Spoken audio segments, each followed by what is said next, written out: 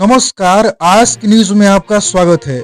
दोस्तों, इस समय हम आपके सामने 50 बड़ी खबरें साझा करते हैं। इसे झूठी बिकी हुई मीडिया आपसे छिपाने की कोशिश करती है, लेकिन हम बेधड़क बताते हैं। फिर भी बहुत सारे ऐसे भाई हैं जो लाइक और सब्सक्राइब नहीं करते हैं।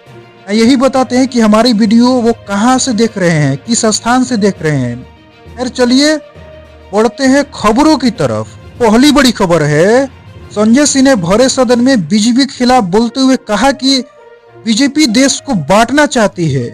बीजेपी देश की हितैषी नहीं है। बीजेपी हमेशा हिंदू मुसलमान करती रहती है ताकि वो वोट जीत सके। ये लोग देश को बांटने वाले हैं। देश के विकास से इनका कोई लेना देना नहीं है। वो कहते हैं मारो काटो लोगों को बर्बाद करो, और हम कहते हैं बेघर बेदर लोगों को आबाद करो। ये हमारी राजनीति का हिस्सा है। ये वो लोग हैं जो ताजमहल को तोड़ना चाहते हैं। मानवर एक चुना हुआ इनका विधायक कहता है ताजमहल इसलिए तोड़ देना चाहिए क्योंकि उसको मुगलों ने बनाया। मैं पूछना चाहता हूं, कुतुब मीनार भी तोड़ डालो, उसको भी मुगलों ने बनाया। देश की पार्लियामेंट भी तोड़ डालो, देश का राष्ट्रपति भवन भी तोड़ डालो, जीटी रोड भी तोड़ डालो। हिंदुस्तान नफरत की बुनियाद पर नहीं बनेगा। मोहब्बत की बुनियाद पर हिंदुस्तान को बनाना है। ये गंगा जमनी तहजीब का देश है मानवर। ये वो देश है जहां पर बिस्मिल्लाह खान की सहनाई संकट मोचन के मंदिर में गूंजती है मान्यवर। ये वो देश है जहां मलिक मोहम्मद जायसी पद्मावत लिखते हैं मान्यवर। ये वो देश है जहां मोहम्मद रफी गाना गाते हैं। दोस्तों, प्रीनिति शिंदे ने भी भरे सदन में बीजेपी के खिलाफ आग बबूला हो गई। उन्होंने कहा कि आप लोग केवल नाम बदलना जानते हैं, हर चीज का आप नाम बदल दे रहे हैं। लेकिन मैं पूछना चाहती हूँ कि नाम बदलने से देश की गरीबी मिट जाएगी? क्या नाम बदलने से देश की बेरोजगारी कम हो जाएगी? आपका जवाब क्या है इस पर? सरकार चाहती है नाम बदल दे, पहचान बदल दे। मैं सरकार से पूछना चाहती हूँ, नाम बदलने से क्या इतिहास बदल जाएगा? क्या देश की गरीबी, बेरोजगारी, महंगाई से ज्यादा जरूरी हो गया है कि महापुरुषों के नाम बदले? महात्मा गांधी जी अध्यक्ष महोदय, जिन्होंने देश के लिए गोली खाई, जिन्होंने लाठी खाई, जेल खाई, नंगे पांव आजादी की लड़ाई लड़ाई, आज उनका ही नाम इस सरकार के लिए एक बोझ लगने लगा है। आपने इंदिरा आवास योजना से इंदिरा गांधी का नाम मिटाया। आपने राजीव गांधी ग्रामीण विद्युतीकरण योजना से राजीव गांधी का नाम मिटाया।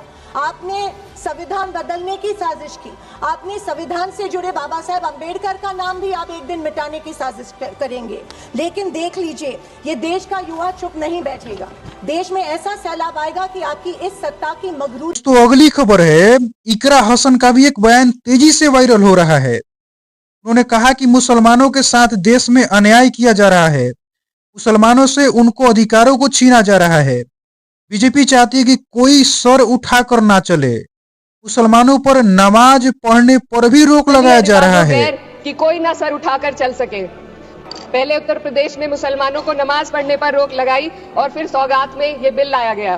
दान देने के लिए प्रैक्टिसिंग मुस्लिम का आपने क्लॉज डाला है, लेकिन बोर्ड में बैठने के लिए मुस्लिम होने की कोई आपकी क्लॉज नहीं है। तो इससे आपकी जो दोहरी नीति है वो साफ जाहिर होती है। ये वही सरकार है जिसने राम जन्मभूमि ट्रस्ट में ये लिख दिया कि जिला अधिकारी भी अगर होगा तो हिंदू होना चाहिए। कोई मुझे बताए कि वहां पर सेक्युलरिज्म का रस क्यों नहीं घोला गया? सरकार का कहना है कि बोर्ड में मुस्लिम महिलाओं को रिप्रेजेंटेशन देंगे। इस कानून से पहले भी मुस्लिम महिलाएं बोर्ड में मेंबर रह चुकी हैं कि कागजों की कैद में बस नाम रह जाएंगे, वो जो हमारे थे सिर्फ दावे में रह जाएंगे। इस बिल के द्वारा मीठी ईद के जायके। अगली खबर है दोस्तों, असुद्दीन ओवैसी ने भी भरे सदन में कहा कि मारोगे मुझे, कहां मारोगे मुझे? तुम लोग बस गरीबों पर अत्याचार करना जानते हो, मुसलमानों पर अत्याचार करना जानते हो, दलितों पर अत्याचार करना जानते हो। देश की भलाई से तुम्हारा कोई लेना देना नहीं है। अरे मरना ही है तो पाकिस्तान में जो घुसपैठिए बैठे हुए हैं उनको मारो। मारना ही है तो गरीबी मारो देश की। तुम मारोगे क्या? बोलो, कहाँ मारोगे बताओ? अरे तुम कहाँ मारोगे? तुम्हारी खत्म हो जाएंगी, मैं जिंदा रहूंगा।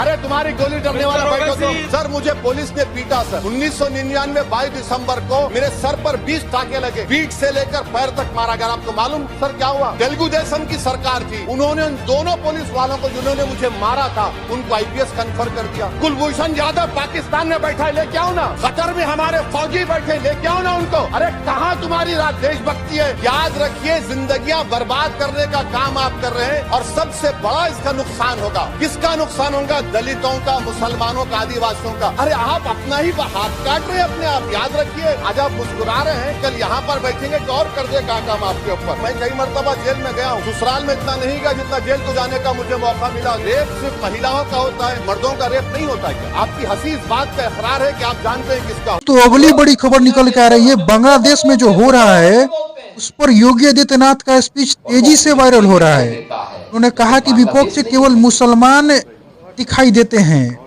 मुसलमानों पर अत्याचार दिखाई देता है विपक्ष को, उनको फिलिस्तीन दिखाई देता है, दूसरी दुनिया की हजार चीजें दिखाई देती है। लेकिन जो बांग्लादेश में हिंदुओं के साथ हो रहा है, जो माइनॉरिटी के साथ हो रहा है, जो अल्पसंख्यक के साथ हो रहा है, जो दलितों के साथ हो रहा है, उनको वो चीज नहीं दिखाई दे रही है। जो लोग दुनिया के अंदर अन्य मुद्दों पर बोलते हैं, मुखर होकर के बोलते हैं, उनको फिलिस्तीन दिखाई देता है लेकिन बांग्लादेश नहीं दिखाई देता।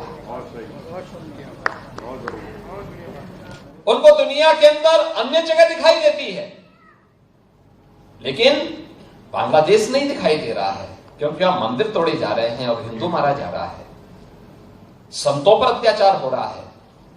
और इसीलिए हम सबको वर्तमान की इन चुनौतियों को देखना पड़ेगा। याद करना, 1947 के पहले बांग्लादेश भी भारत का हिस्सा था।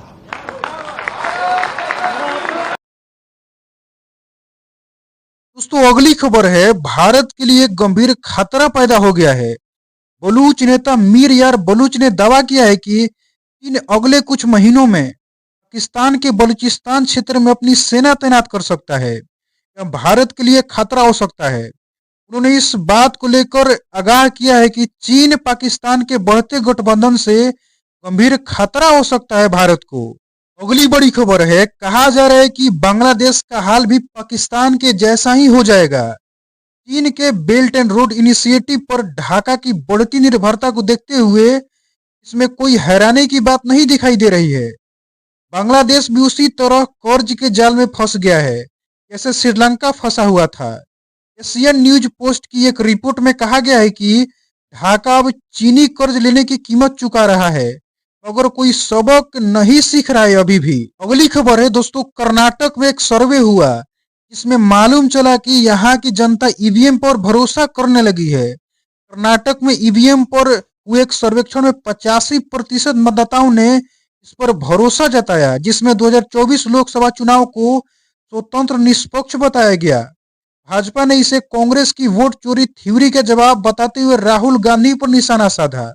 वहीं आईटी मंत्री प्रियंक खड़गे ने सर्वेक्षण के डिजाइन और सर्वे एजेंसी पर सवाल उठाते हुए इसे राज्य सरकार से असंबद्ध बताया और कलबुर्गी के वोट चोरी का मुद्दा भी उठाया। अगली बड़ी खबर है, अमित शाह ने पश्चिम बंगाल में ममता बनर्जी पर बांग्लादेशी घुसपैठियों को लेकर तीखा हमला किया है। उन्होंने कहा कि घुसपैठियों से राज्य की मां, माटी और मानुष खतरे में है। शाह ने ममता को घुसपैठ के जिम्मेदार ठहराया, जबकि ममता ने भाजपा शासित राज्यों में बांग्ला भाषियों को निशाना बनाने का मुद्दा उठाया है। यह आगामी विधानसभा चुनाव में बंगाली अस्मिता और घुसपैठ को केंद्रीय मुद्दा बनाने का संकेत माना जा सकता है। तो ममता बनर्जी को बहुत बड़ा झटका लगता हुआ दिखाई दे रहा है। आपको बता दें कि पश्चिम बंगाल में विधानसभा चुनाव से पहले तृणमूल कांग्रेस को बड़ा राजनीतिक झटका लगते हुए राज्यसभा सांसद मौसूम नूर ने शनिवार को कांग्रेस का दामन थाम लिया, यानी कि वो कांग्रेस में आ गई। पार्टी में वापसी करते उन्होंने कहा कि अब बंगाल को बदलाव की जरूरत है। 43 वर्षीय मौसूम नूर का राज्यसभा कार्यकाल अप्रैल में समाप्त हो रहा है और उनके मालदा से चुनावी मैदान में उभरने की प्रबल संभावना दिखाई दे रही है। दोस्तों ये थी आज की बहुत महत्वपूर्ण खबर जिसको आपने जान लिया है। मिलते हैं अगले वीडियो में बहुत सारी नई जानकारियों के साथ, बहुत सारे नए न्यूज के साथ। तब तक के लिए धन्यवाद। जय हिंद।